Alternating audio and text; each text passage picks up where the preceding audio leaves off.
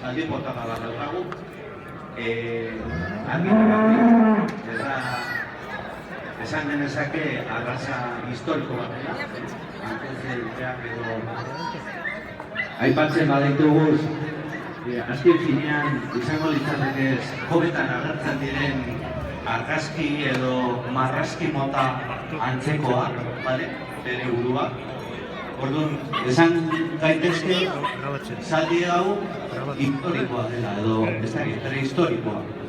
Ikusten baduzue, ekain joan zaudatako edo Santemilanako marrazkiak, honen burua antzekoak eta itxurazkoak dira.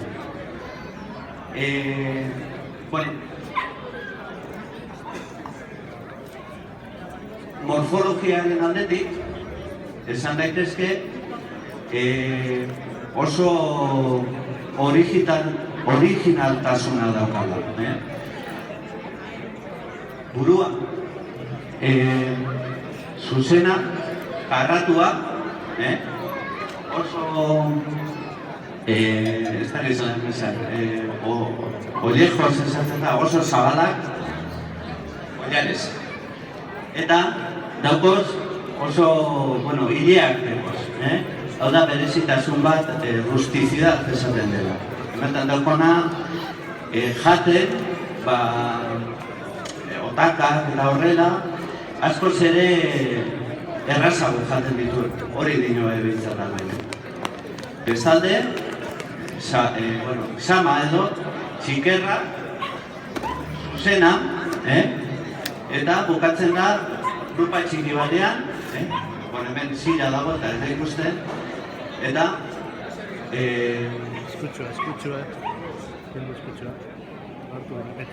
oso txikia, grupa oso txikia, bukatzen da grupa simplea, ez dauka beste zaldia handia gisa grupa bikoitza, jauzia, eta gero guztana ere hile leunak eta luzeak.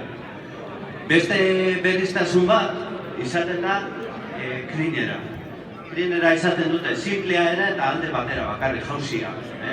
Honek ematen duen bezala.